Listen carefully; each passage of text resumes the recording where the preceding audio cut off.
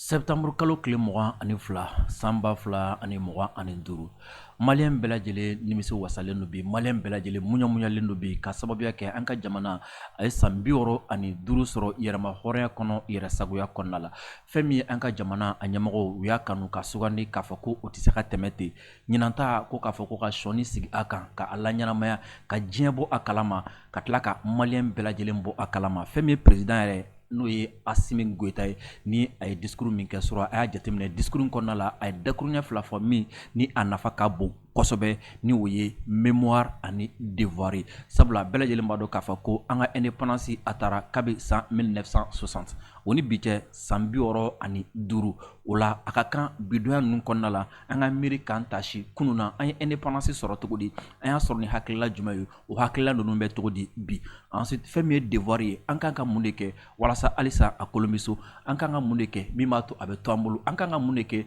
min b'a to an talonna yɔrɔ min na an kana talon tuguni et surtout an kan ka mun de kɛ min b'a to fɛn min ye an ka indépendance a waa bɔbɔw olu ka hakililaw bɛ se ka sankɔrɔta cogo min na Maliyɛnw ni Ala sɔnna ma président de la République n'o ye Assimi Goïta ye a ye discours min kɛ sura ni o ye adresse à la nation ye an bɛna an da don a la bi ka a walawala aw ye kosɛbɛ k'a bayɛlɛma aw ye kosɛbɛ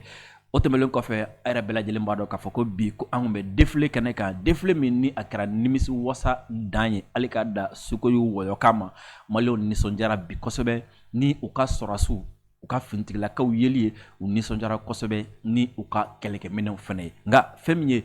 22 septembre a ko ma daminɛ ye a ko daminɛna sura CICB la n'o ye Centre international de conférence de Bamako ye fɛn min spectacle belebeleba spectacle inédit spectacle siɲɛ fɔlɔ Mali kɔnɔ ni o ye spectacle de drone ye drone bɔra sura ka ɲɛnajɛw kɛ ka an bɛɛ lajɛlen muɲamuɲa fɛn min ye a drone ni Ala sɔnna a ma a bɛna a jaw ye an bɛ tila ka ɲɛfɔli fana kɛ aw ye o kan Maliyɛnw aw denkɛ ni aw balimakɛ don Dirisa Mɛmɛnta aw bɛ Biricom plateau kan plateau min ni an bɛ a sigi aw ye ka ɲɔgɔn baro ka ɲɔgɔn bilasira ka ɲɔgɔn hakilila jigin o b'a kalama k'a fɔ bi ye 22 septembre ntɛnɛn don san 2025 video aw minnu bɛ k'a lajɛ an ka page Facebook kan a y'a aimer aw ka partager aw ka cœur caman bila sabula aw ka j'aime aw ka partage ani aw bɛ kɛr minnu bila a bɛ émission a bɛ a sankɔrɔta a bɛ a layala a b'a to fana fɛn min ye a ye yɔrɔ o bɛ caya aw kana ɲinɛ ka abonné an ka page Facebook la aw minnu fana bɛ yen ko aw bɛ k'an lajɛ an ka chaîne YouTube kan video a y'a aimé aw ka partager et surtout a y'a abonné an ka chaîne YouTube la aw ka abonnement kɔfɛ a ye fɛɛrɛ kɛ k'aw ka cloche de notification ka olu activer o la n'a ye video kɛ YouTube bɛ video ninnu ci aw ma a b'a sɔrɔ k'a lajɛ nɔgɔya kɔnɔna la Mali finitigilaka bɛɛ lajɛlen ka daminɛ région militaire fɔlɔ la fo ka taga se a laban ma ka daminɛ kan fɔlɔ la fo a laban an ka position fɔlɔ fo a laban sanfɛ duguma ji kan kungo kɔnɔ ani bureau kɔnɔ an bɛ a bɛɛ lajɛlen fo sabula bi jamana bɛɛ lajɛlen ka don don nka finitigilakaw ka kɛrɛnkɛrɛnnen don don sabula ni ko 22 septembre ni ko yɛrɛma hɔrɔnya tɛ taa lakana kɔ dɔw de b'a kɔlɔsi dɔw de bɛ wulikajɔ kɛ min b'a to aw ka yɛrɛma hɔrɔnya kana tila aw la wa kɛlɛ min fana ni a nana bi an kan ni a laɲini dɔ tun ye k'an ka jamana tilan ni dɔw ka laɲini k'an ka jamana yɛrɛ tigiya minɛ an na ni dɔw ka laɲini k'an ka jamana a dugu jukɔrɔma nafolo ka olu sɔrɔ ni dɔw ka laɲini k'an ka jamana yɛrɛ ka tabiyaw ka olu yɛlɛma bibi na fɛn min y'an ka finitigilakaw ye olu de bɛ première ligne na olu de bɛ front na walasa jamana kana tilan jamana kana bɔ an sagoya la jamana a nafamafɛnw a dugu jukɔrɔ nafolo olu bɛ se ka to an bolo cogo min na et surtout an yɛrɛ an ka tagabolo an danbew ani an dɔnnen don fɛn min ye olu ka se ka sinsin o la o foli kɛrɛnkɛrɛnnen an b'a kɛ finitigilaka bɛɛ lajɛlen u ka ɲɛmɔgɔ fɔlɔ ni o ye général Assimi Goïta ye an bɛ a fɔ kosɛbɛ fɛn min ye finitigilakaw olu fana ka ministre n'o ye général Sadio Kamara an bɛ ale fana fo kosɛbɛ k'an ka chef d'état-major fana fo kosɛbɛ Sisoko bi an bɛ foli kɛrɛnkɛrɛnnen fana bila ka taga an ka jabaraniso mɔgɔ bɛɛ lajɛlen ma ni o ye ORTM ye kɛnɛ kan bi vraiment ils ont été professionnalisme kɔfɛ hospitalité dan u y'an bɛrɛbɛrɛ ka ɲɛ hali kun tɛ danfara dɔn an n'u ni ɲɔgɔn cɛ vraiment an bɛ ORTM mɔgɔw fo la kosɛbɛ o bisimilali kɛ ko ɲuman na ka tila k'an bila l'aise la kɛnɛ fɛnɛ kan Maliyɛnw ka hakili lajigi aw minnu bɛ jamana kɔ kan ni aw bɛ fɛ ka wari ci kana Mali la surtout an bɛ kalo laban na wa école fana bɛna ta ekɔlidenw ka fɛɛrɛw walima du musakaw a ye application TapTap Send a y'ale télécharger a k'a sigi a ka téléphone kɔnɔna la akaw ka wari ci kana ni o ye Mali la o la n'a bɛ wari ci code promo mementa n'a y'o don aw siɲɛ fɔlɔ bonus bɛ di aw ma bonus bɛ di ne fɛnɛ ma wala aw ye aw talan kɛ application tap sendi boisson énergétique Pro Max ale fana ye boisson ye a kɔni a ye ne nafa bi sabula n donnen studio la b'a f'i ye heure 4 heure 5 jɔli kɔfɛ n ye wasa don boisson énergétique Pro Max de la walasa n bɛ se ka émission kɛ sinon n b'a f'i ye n bɛna se yɔrɔ dɔ la n b'a f'i ye ne tun bɛ sɔn ka na so wotoro la bi quoi mais un soldat i soldat bɛ terrain kan i ye soldat de dɛ un soldat terrain kan soldat caman tombera bi dɛ m'a f'i ye joli kuru a gɛlɛyara ka se yɔrɔ dɔ la soldat caman y'i sigi dugu ma dɔw yɛrɛ tun bɛ ka da yɔrɔ ɲini quoi dɔw yɛrɛ ko ko n'olu ma ji sɔrɔ ka bin foyi ma ye ka soldat bɛɛ lajɛlen fo photo soldat video soldat ani kuma soldat fɛn fɛn tun bɛ kɛnɛ kan bi an bɛ a bɛɛ lajɛlen fo wasa dan dɔn o la halisa video a y'a aimé aw ka partager aw ka cœur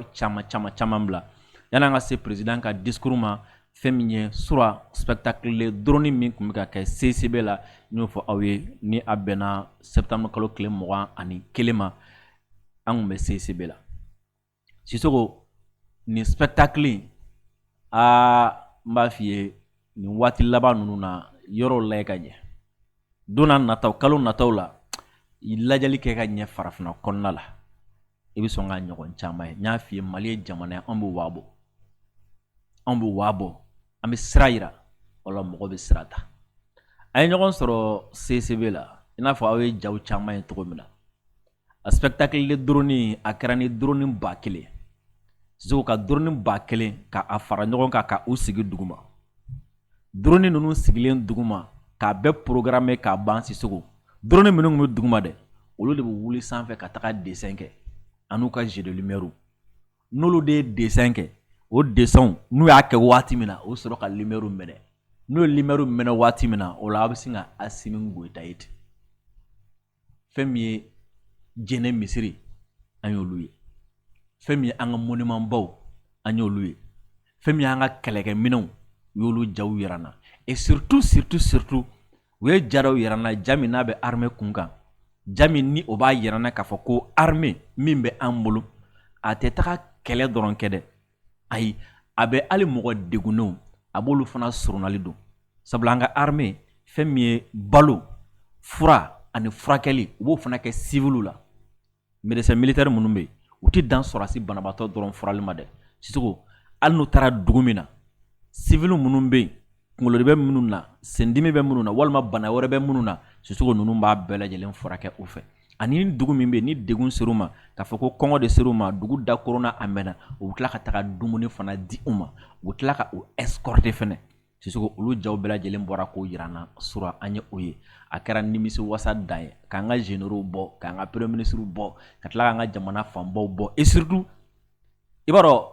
fɛn in a kun kan ka daminɛ 21h mais Sisoko ne y'a dɔn sura de ko an ka indépendance ko kuma ko nkalon t'a la i b'a dɔn indépendance bɛ mɔgɔ dɔ bolo mais il n'est pas jaloux de son indépendance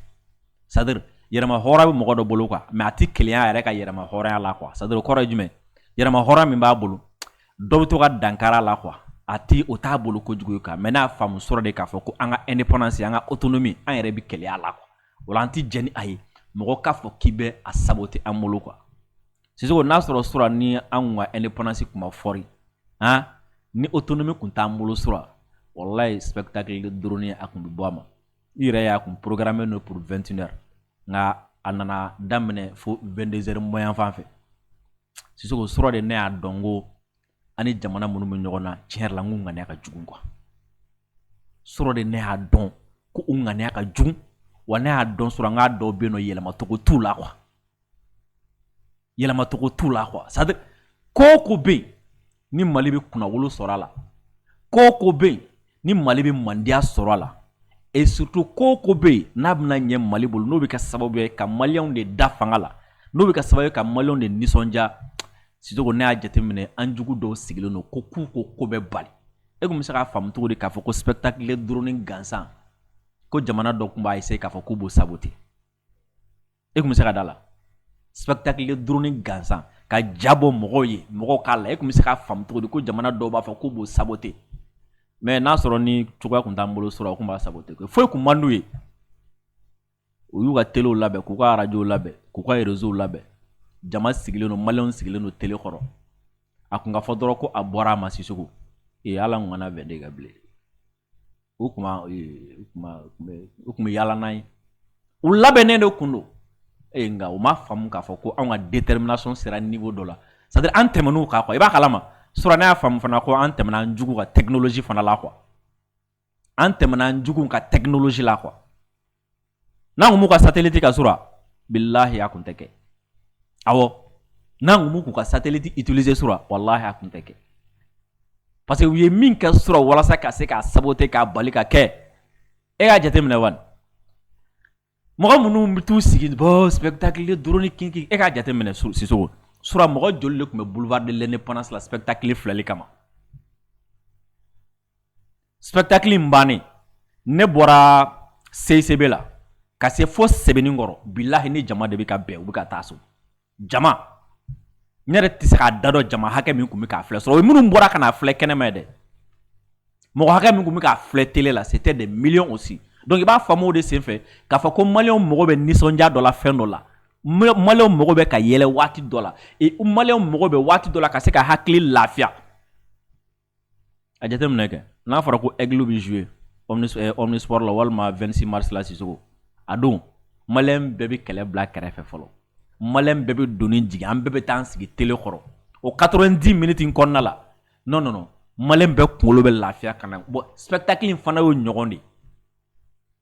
a bɛna fɔ banabaatɔ ni psychologue nana sigi banabaatɔ kɛrɛfɛ ka to ka baro k'a fɛ ka to ka photo yira a la ka to ka video yira a la o waati kɔnɔna na banabaatɔ bana fiɲɛ bana degun bɛ bɔ a kan o waati wa spectacle in fana y'o de bɔ hali défilé min kɛra bi o défilé in fana kɛra sababu ye ka na ni o de Sisoko mɔnɛ kelen min tun kɛra mɔgɔw la bi o ye pour des questions de sécurité drone kun tɛ se ka kɛ sanfɛ bi ka filmeli kɛ sinon k'a daminɛ monument de l'indépendance la ka taga fo échangeur la Sisoko n'i y'a jama fara wallahi a ka ca million ye mɔgɔ min tun bɛ yen bi a ka ca million ye i ma ORTM ya bon ORTM yɛrɛ tun bɛ direct la est-ce que c'est pas la première fois ORTM ka ni audience ɲɔgɔn sɔrɔ a sera 40 000 ma waati dɔ la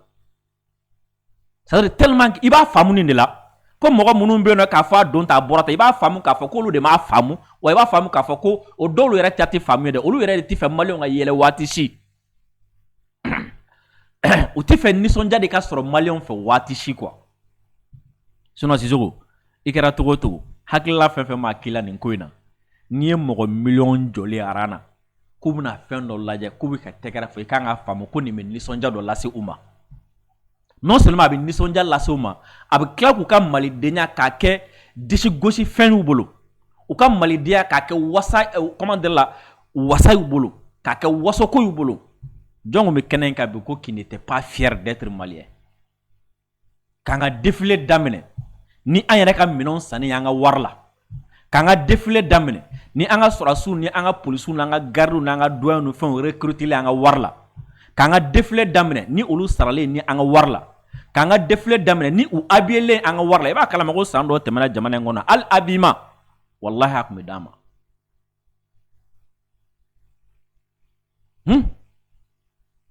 Sisoko et puis surtout ka tila ka Mali lajɛ 22 ɲɛkɔrɔla la mun de ma kɛ walasa ka jamana ɲɛmɔgɔ k'u lasara ka bɔ nin kɔnɔna la ko a waati dɔ la ne yɛrɛ ko n ko kuma n ko est-ce que u kun tɛ fɛ k'an bali de an ka défilé yɛrɛ tellement que k'an lasara an k'a fɔ ko k'a bɔ a ma an k'a bɔ a ma u ka taa an lagosi o la u bɛ sɔrɔ k'a fɔ ko non ko tellement ko insécurité bɛ Mali la ko hali défilé ma se ka kɛ ɲinan tellement insécurité bɛ Mali la hali mɔgɔw ma se ka taa défilé kɛyɔrɔ la o de la président ye kuma dɔ fɔ a ka discours la sura Sisoko a ko an bɛɛ lajɛlen ka jɛ k'an fanga fara ɲɔgɔn kan an k'an hakili to a la an kana sɔn tiɲɛnikɛlaw ka kunnafoni jugu u b'o minnu cari walasa k'an jatigɛ u b'o minnu cari an kan k'an kana sɔrɔ an kana sɔn a ka sira sɔrɔ ko an bɛɛ de ka fara ɲɔgɔn kan ka jɛ k'u ka tiɲɛnikɛlaw u ka kunnafoni jugu kunbɛn parce que kunnafoni jugu ninnu nafa kun tɛ dɔwɛrɛ a laɲini kun tɛ foyi ye quoi u bolo quoi ka se ka 22 bali c'est-à-dire ka siran dɔ la na la imaginez a kun ka fɔ ko 22 ko a fêteli bɔra ma ko défilé bɔra ma ka sababuya kɛ insécurité o tɛ jamana ka dɛsɛ ko fɔ bon imaginez jamana min bɛ nin cogo la an jugu jamana baw bɛ yen nɔ olu dɛsɛlen de y'a to an sera k'an ka défilé kɛ k'a daminɛ k'a ban Sisoko mɔgɔw bɛ kɛnɛ kan depuis 6 heures mɔgɔw tun bɛ kɛnɛ kan wa défilé daminɛna k'a ban incident ma kelen ma k'a la Sisoko Soma mɔgɔ bi Soma mɔgɔ bi dɛ an y'a ye so ye Makɔrɔn ka mɔgɔ bi Muruma mɔgɔ tulo tigɛ an y'a ye so ye Muru ye Makɔrɔn ka défilé kɛlaw tulo tigɛ minnu bɛ fɛn minnu bolo ta kan f'u b'a kɛ tan f'u bila jan f'u b'a kɛ tan ha Makɔrɔn ka sɔrɔsi dɔ y'a ka muru kɛ k'a yɛrɛ tulo tigɛ Muruma ka mɔgɔ tulo tigɛ sow taara Soma bi Soma ɲagami et puis blindé dɔw bɔra an b'olu ɲɛfɔli to Bubu ma ani Bɛrdɛmu Jiga kɛlɛkɛminɛ a bɛɛ mais Sukoyi bɔla ninnu fana kun ka jugu dɛ Sisoko ni m'o yɔrɔnin baro bi a ma nɔgɔ de quoi ko Sukoyi ye turu dɔ de kɛ quoi o y'a sɔrɔ mɔgɔw concentrelen don véhicule ninnu tɛmɛtɔ la de kan quoi yaya donc Sukoyi bɔla ninnu quoi u jiginna ka na u n'an kunkolo ni ɲɔgɔn cɛ à peu près 6 mètres ɲɔgɔn sanfɛ u jiginna ka na fo niveau de la quoi i b'a dɔn i b'ale mankan mɛn o b'a sɔrɔ a tɛmɛna de quoi donc mɔgɔw concentré don k'o filɛ waati min na dɛ Sisoko ko voix Sukoyi ko voix o bi an tora la Sisoko an bɛ jɛ nin waati na ka Asimi ka discours an bɛ a lamɛn ka sɔrɔ k'a décrypter ɲɔgɔn fɛ.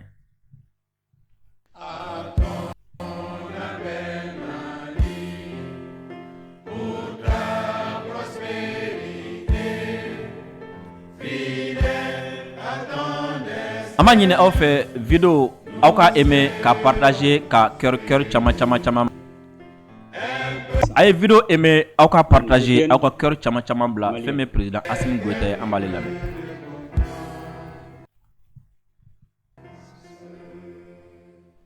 Maliens, mes chers compatriotes, hôtes du Mali, en ce jour de mémoire et de devoir, je rends grâce à Allah, le Tout-Puissant, de nous offrir la chance, pour la 65e fois, de célébrer la marche souveraine de notre nation. Président Assimi Goïta a ko Malien cɛman ani Malien musoman bɛɛ lajɛlen ko a bɛ Ala fo ka Ala barikada Ala min sɔnna ka se nɔgɔya an ye an k'an ka jamana a ka san 65 yɛrɛma hɔrɔnya san 65 min ni n b'a f'i ye a ma nɔgɔya dɛ Sisoko waati dɔw gɛlɛyara waati dɔw nɔgɔyara nka an ka yɛrɛma hɔrɔnya taama kɔnɔna la Ala min sɔnna ka o nɔgɔya a ko a bɛ o Ala in fo ko ka Malien fo Mali kɔnɔ ani Mali kɔ kan.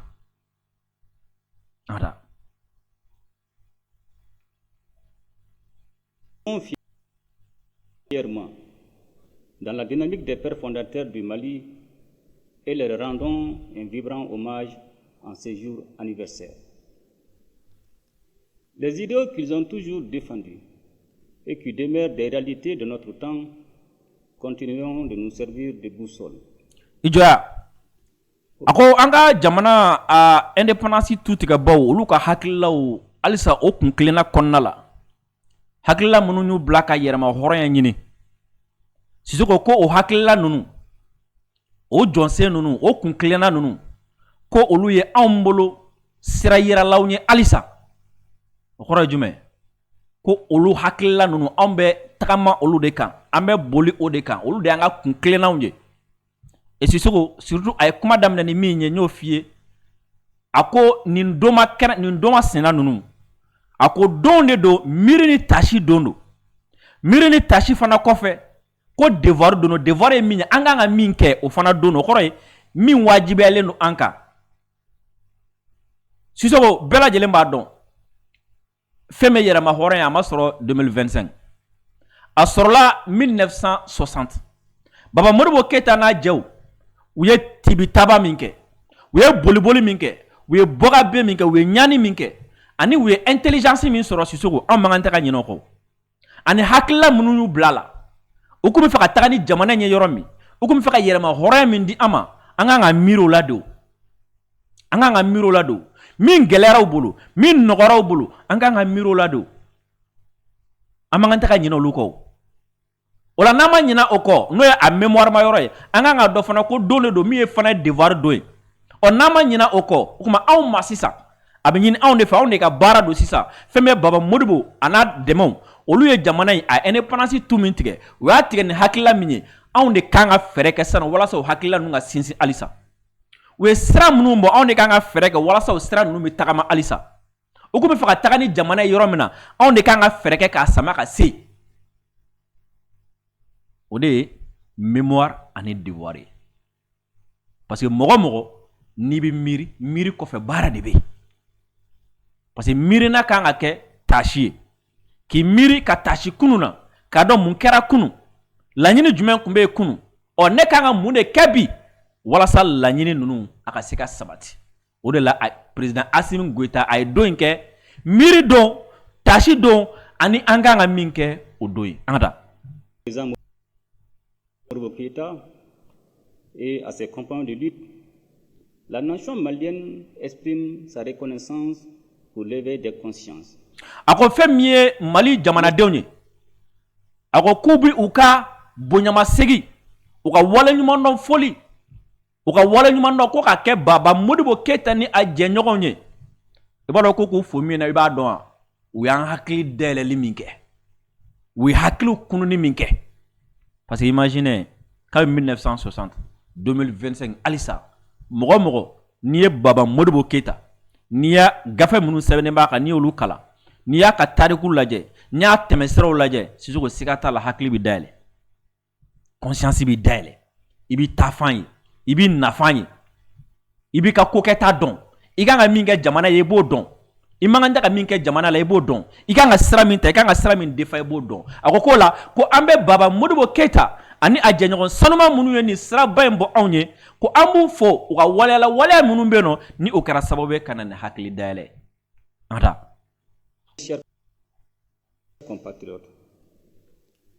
en plaçant les forces armées et de sécurité au cœur de l'action gouvernementale, notre ambition commune est de disposer d'une armée autonome, capable d'assurer la défense souveraine du territoire national, de protéger... A ko ko kelen ka an ka fintigilakaw bila gouvernement nimayɔrɔ la o kɔrɔ jumɛn fintigilakaw labɛnni u kolonsoli minɛnw sanni kɛlɛ labɛnni kɛlɛ kɛli k'u kelen ka fintigilakaw bila an ka gouvernement ka baaraw a ka waleyaw nimayɔrɔ la a camancɛ la ko laɲini min tun bɛ a la o de ye ka se k'an ka yɛrɛma hɔrɔnya di an ma ye ka se k'an ka yɛrɛma hɔrɔnya sɔrɔ ka se k'an ka sagotigiya ka se ka o sɔrɔ quoi parce que m'a f'i ye k'an bɛ kɛlɛ de la kɛlɛ de kɛra sababu ye ka nin caman bɔ an bolo o la ka sɔnni sigi armée kan walasa an bɛ se ka nin bɛɛ lajɛlen sɔrɔ. Les fondamentaux du Mali de contribuer à la sécurité et à la stabilité régionale et internationale. Les récentes attaques lâches des groupes armés terroristes contre les civils innocents traduisent largement leur désarroi face à l'intensification de la pression des forces armées et de sécurité. A ko fɛn min ye jatigɛli kɛli wale mɔgɔw jatigɛli wale kɛli mɔgɔw k'u ka nin kɔsɛ na fugariya baara ninnu o minnu ye ka taga bin bololankolonw kan o minnu ye ka taga bin jamanaden gansanw kan Sisoko ko o b'a yira de k'a fɔ ko u jigila tigɛlen don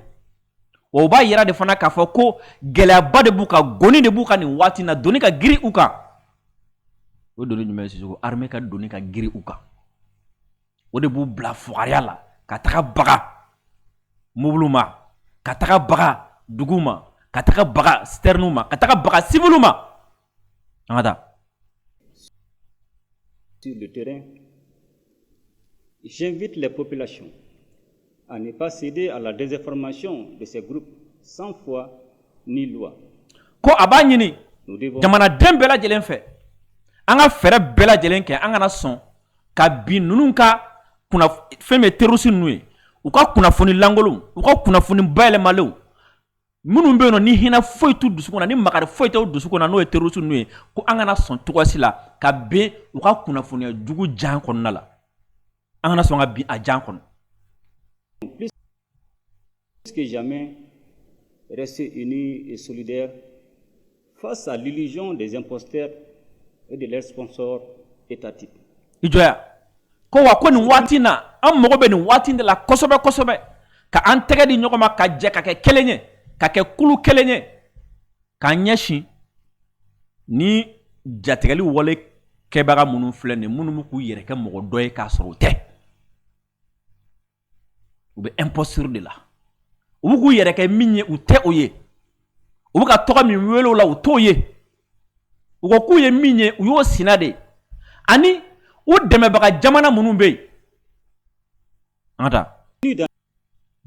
Dans l'action que nous réaliserons notre souveraineté. A ko n'an fanga fara ɲɔgɔn kan de ka an tɛgɛ di ɲɔgɔn ma k'an kɛ kelen ye an ka kɛwalew kɔnɔna la Sisoko ko an b'an ka sagotigiya sɔrɔ an ka yɛrɛma hɔrɔnya an b'a sɔrɔ. À nos jours, de nombreuses initiatives pour le renforcement et le rayonnement des forces armées et de sécurité ont été prises à travers le plan Dugukoloko élaboré en 2024. Nous avons pu davantage restaurer l'autorité de l'État et réaffirmer notre souveraineté sur toute l'étendue du territoire national. A ko fɛn min ye gouvernement ka wulikajɔw kɔnɔna la an ye fɛɛrɛ dɔw bila sen kan o fɛɛrɛw kɔnɔna la opération min bɛ yen ni an b'a wele ko Dugukoloko ni o ye kɛlɛ de an ye kɛlɛbolo an ye kɛlɛsen min bila sen na an ye kɛlɛ fɛɛrɛ min bila sen na Sisoko n'an b'a wele ko Dugukoloko a ko o Dugukoloko ye min n'a sigira sen kan san 2024 ko o kɛra sababuya ye an sera k'an ka jamana ka a sɔrɔ an sera k'an ka jamana minɛ k'a kɛ an ta ye an sera k'an ka fanga boli jamana fan caman kan an bɛ se ka fɔ a fan bɛɛ kan sabula bi bi in na Sisoko o misaliya ye min ye i b'a dɔn i delila ka terroriste kelen bɔlen ye fɔlɔ ka video kɛ ko armée ma ko anw ka kan filɛ nin dugu masina na a ye n'an sɔrɔ yan ko armée taar'u sɔrɔ i delila k'o ye fɔlɔ i delila ka terroriste kelen ye ka sɛbɛnni kɛ ko armée ma anw ka kan filɛ nin anw jɔlen filɛ nin yɔrɔ la k'aw kɔnɔ yan na a ye na ni aw cɛ ye i delila k'o ye armée delila ka t'u sɔrɔ yan o kɔrɔ ko sigiyɔrɔntanya b'u la Sisoko Mali kan caman bɛ Bamakɔ yan u bɛ Segu u bɛ Ɲɔrɔ u bɛ Ɲɔrɔ u bɛ Kayi Bamanci wale y'u ɲɛsin u ma yɔrɔ waati o waati u ma duguma sara cɛ kuma in kɔrɔ de y'o ye parce que bi bi in na terrain kan sebaga bɛ anw bolo bi bi in na terrain kan jitɔya de bɛ terroriste ma o de ye k'u den ka taa bin mɔgɔw kan ye n'u ye avion mankan mɛn u bɛ boli u yɛrɛ ka kuma lasela m'a fɔ wa ko n'i y'a ye olu terroriste ye dugu kɔnɔna bila ka taa kungo kɔnɔ parce que ko avion ko de y'u degun kosɛbɛ ko n'olu taara yɔrɔ o yɔrɔ ko avion min n'olu bombarder k'u ye yen bila ka taa kungo kɔnɔ wa n'u taara kungo kɔnɔ fana hali ni terroriste nana sanni kɛ sugu de la u bɛ mun fɔ dugulamɔgɔw ye n'aw taara n kofɔ finitigilakaw ye an bɛna bi aw kan wa ni terroriste bɛ taga accord kɛ ni dugu o dugu ye Sisoko o accord kɔnɔ a jɔnsen dɔ ye jumɛn aw kana an yɔrɔ fɔ finitigilakaw ye n'an yɔrɔ fɔ finitigilakaw ye an bɛ nin kɛ aw la n'a sɔrɔ ni yɔrɔ in ye olu de ta u bɛ sigi yɔrɔ min na n'olu de ta don n'u bɛ se k'a kɔlɔsi n'u bɛ se k'a minɛ k'a k'u ta ye mun de la u b'u dogo mun de la terroriste bɛ taga bi dugu yɛrɛ kan ka taga bi civil kan ko n'i y'a ye armée sera ka na anw attaquer ka anw faga i b'a sɔrɔ aw de y'a fɔ donc o b'a jira k'a fɔ ko terrain ye jɔn ta ye terrain ye armée de ta ye o b'a jira k'a fɔ ko bolili dogoli ani lafiya bɛ jɔn ma o bɛ terroriste de ma Sisoko an ka wa ma. Le cadre de la mise en commun des efforts opérationnels face au terrorisme, l'opération en Sigignogon a permis d'accentuer la coordination opérationnelle et sécuritaire avec les pays frères de l'AIS. A ko fɛn min ye fanga fara ɲɔgɔn ka hukumu kɔnɔna ye ko fɛn min ye an n'an balima jamanaw n'o ye Burkina Niger Mali ye n'o ye AES ye ko fanga fara ɲɔgɔn kan ka kɛra sababuya ye fɛn min ye kɛlɛbolo min wulikajɔ min n'u y'a kɛlɛ tɔgɔ da ko an sigiɲɔgɔn ko Sisoko ko o fana kɛra wasa ye o fana ye nɔ caman bɔ an ta. Pour soutenir le processus de renforcement des forces armées et de sécurité, nous continuons d'accentuer l'acquisition d'équipements, la réalisation d'infrastructures indispensables, la consolidation des effectifs à travers des recrutements cycliques et la formation continue du personnel. L'adaptation et la mise à jour de notre doctrine militaire nous permettent à la fois de faire face aux menaces émergentes et constituent également un gage d'interopérabilité avec les armées de la Confédération de l'Alliance des États du Sahel. Dans le même temps, la diversification de nos partenariats constitue une initiative salutaire. Mes chers compatriotes, au moment où nous célébrons le 65e anniversaire de l'accession de notre pays à la souveraineté internationale, je tiens à saluer les efforts constants de notre outil diplomatique pour faire respecter par un nombre croissant de partenaires les principes constitutionnels qui guident l'action publique et la politique extérieure du Mali. Nous inscrivons notre action dans le cadre de la préservation du bon voisinage, tout en exigeant en retour le respect de notre souveraineté. Ijoya. Femi président Assimi Goïta a dassé Josemba Dofana Matouni. Ibado ame 3D konnala. Défense, diplomatie et développement. O Femi défense akumana okan diplomatie a dado fanala. Ako ko anga diplomatie baraka mena munun ba mbolo kore anga diplomatie munun be asra munun be a sisugo alu fana fo kosobe aw bara fana fo kosobe ko mine fana fo kosobe anga diplomatie kelege mena aw fana fo kosobe ko o kɛra sababu ye an ka jamana a bɛ mɔgɔ caman kɔnɔ k'an bɛna kɛ kɛrɛfɛden min na an bɛna bila kɛrɛfɛden min na ko an ka o diplomatie o minɛn ɲumanba min bɛ an bolo o minɛn ka ɲumanya ni a ka wale ɲuman kɛw ko o kɛra sababu ye fɛn min ye jamana sɛbɛlama caman ye Sisoko an ka dayɛlɛla olu y'an sɛgɛrɛ an n'olu gɛrɛla ɲɔgɔn na a ko wa ko fɛn min ye an ka diplomatie ko Sisoko ko anw b'a bila sigiɲɔgɔnya ɲuman hukumu de kɔnɔna la ni kuma kɔrɔma ye dɛ anw ka diplomatie an b'a bila sigiɲɔgɔn ɲuman de hukumu kɔnɔna la an n'an kɛrɛfɛ jamanaw ni ɲɔgɔn cɛ ani diɲɛ wɛrɛ ni ɲɔgɔn cɛ Sisoko ko nka an b'a bila sigiɲɔgɔnya ɲuman hukumu kɔnɔna la nka fɛn min ye jamana kalenkan 3 ye o bɛ bato dɛ sigiɲɔgɔn ɲuman ka d'an ye kuma kɔrɔ jumɛn an tɛ kɛlɛ fɛ an tɛ se mɔgɔ ma an tɛ mɔgɔ tɔɔrɔ a ka d'an ye an n'an sigiɲɔgɔn bɛɛ ka ja nka ko dɔw bɛ yen nɔ an tɛ jɛn n'olu ye dɛ a y'o 3 de fɔ o 3 hakili la aw caman b'o dɔn an ka taa. Nous prenons en notre compte les ruptures géopolitiques qui caractérisent le monde actuel. Mes chers compatriotes, depuis 2020, notre économie fait preuve d'une grande capacité d'adaptation et de résilience malgré les contraintes sécuritaires et géopolitiques. À ce titre, le Mali a poursuivi ses efforts dans le sens d'une gestion efficiente des finances publiques et de la préservation d'une trajectoire de croissance positive de l'ordre de 6% en 2025 contre un déficit budgétaire de moins de 2,7% attendu. Avec la mise en place de la plateforme Trésor Pays à la faveur de la digitalisation, les recettes publiques issues des services digitalisés ont connu une augmentation significative. Mes chers compatriotes, je ne saurais passer sous silence la question énergétique qui a longtemps alimenté les débats publics. Grâce à la participation patriotique du peuple malien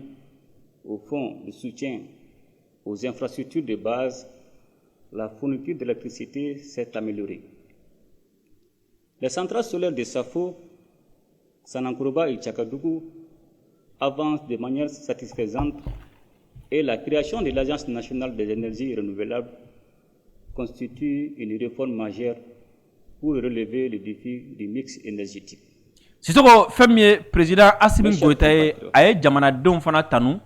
ka jamanadenw wale ɲuman dɔn kosɛbɛ sabula ni hakili b'a la waati dɔ kɛra la fɛn bɛ jamana ɲɛmɔgɔ ye u bɔra ka laɲini dɔ kɛ jamanadenw fɛ ko sabula jamana bɛ yɔrɔ min na a bɛ degun kɔnɔna la a mago bɛ a den bɛɛ lajɛlen na a mago bɛ a den bɛɛ lajɛlen ka dɛmɛ la ko hukumu kɔnɔna la k'u bɛna fɛɛrɛ dɔ bila sen kan fɛɛrɛ min ni mɔgɔw y'a wele ko mugan-muganko président ko ko o ko min ni a dabɔra walasa k'an ka kuranko ka se ka a jɔ sen kan ani ka se k'an ka jamana fana ka baarakɛminɛw ɲini ka di a ma min ye jamanadenw mago bɛ jɔ fɛn minnu na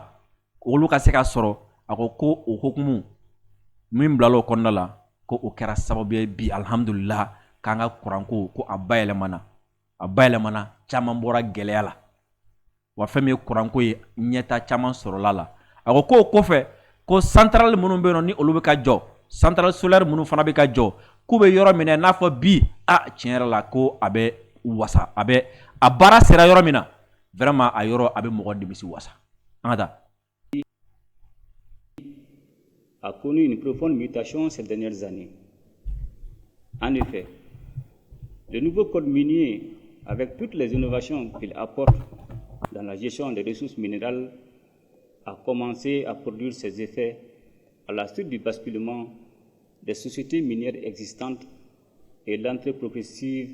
dans son champ d'application de toutes les autres sociétés à l'occasion du renouvellement éventuel de leurs titres.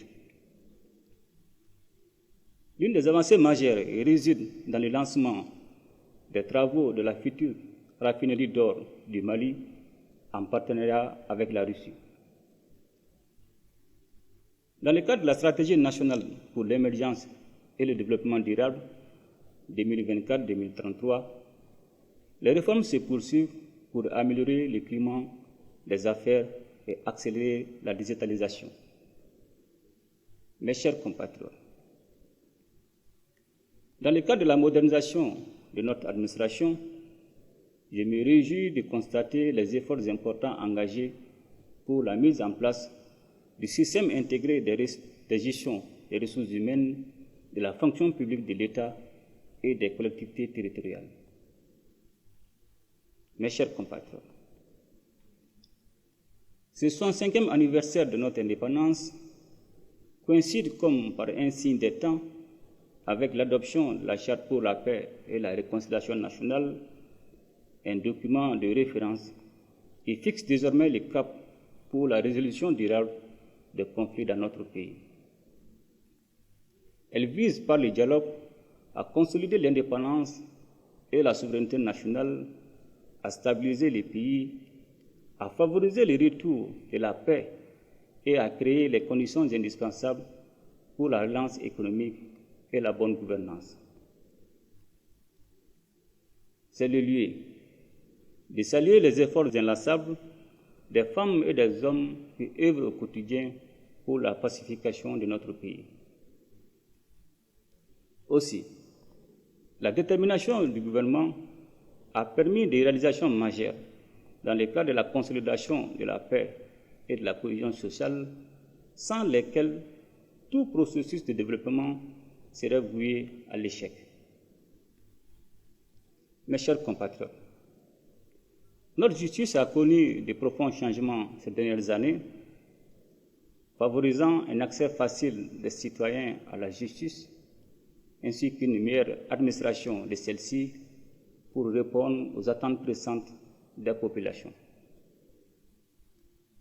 S'agissant des réformes courageuses engagées, je salue les innovations majeures qui ont permis d'améliorer les conditions de poursuite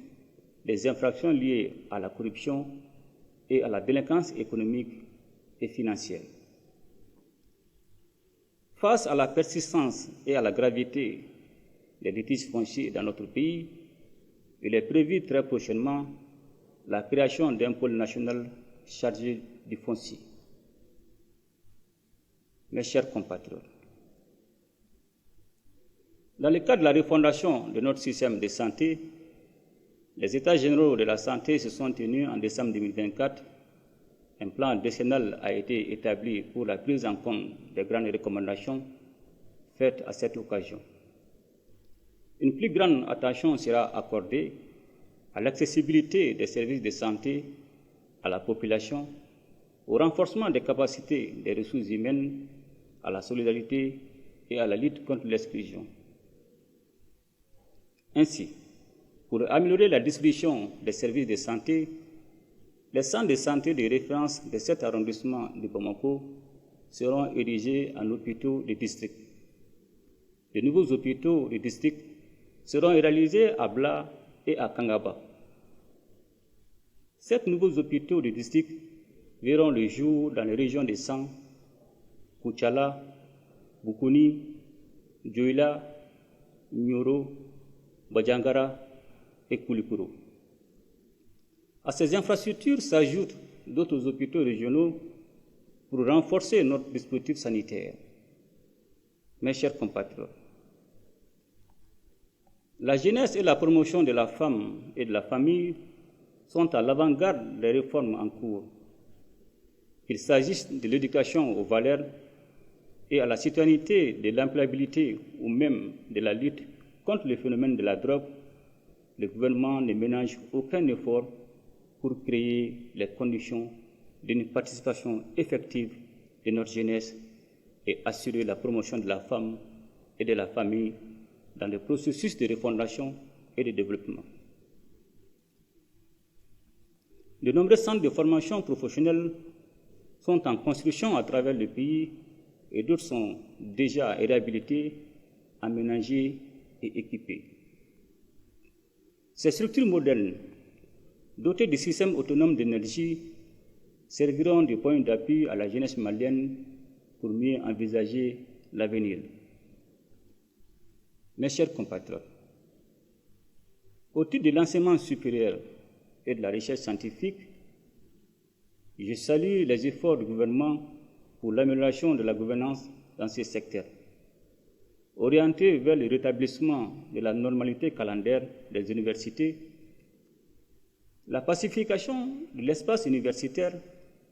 autrefois émaillé par des incidents, est une tendance à préserver. La création des universités dans les régions constitue un projet ambitieux pour continuer à développer les services publics de l'enseignement supérieur afin de répondre aux défis actuels et futurs de notre nation. D'autres universités, comme celle de Bajangara, Kayi, Gao et Tombouctou, sont en cours d'opérationnalisation. Le Centre d'intelligence artificielle et de robotique, CIAR Mali, dont les travaux de construction se poursuivent, a déjà inscrit ses premiers apprenants. L'année 2025, déclarée année de la culture, a permis de valoriser notre patrimoine et de soutenir les acteurs culturels, les artisans et les artistes. Dans le domaine de la communication et du numérique, le gouvernement agit pour renforcer les infrastructures, réduire les coûts et sécuriser les télécommunications. Les opérateurs doivent poursuivre l'identification des abonnés pour renforcer la sécurité nationale. À l'endroit des Maliens établis à l'extérieur, un cadre de concertation a été institué pour renforcer l'unité et la solidarité tout en facilitant le dialogue avec le gouvernement. Tout en saluant l'engagement et la résilience du peuple malien aux côtés des autorités de la transition, à cette phase décisive de notre histoire commune, je souhaite à toutes et à tous une bonne et heureuse fête de l'indépendance. Ensemble, nous ferons le Mali Koura, qu'Allah bénisse le Mali et protège les Maliens. Je vous remercie.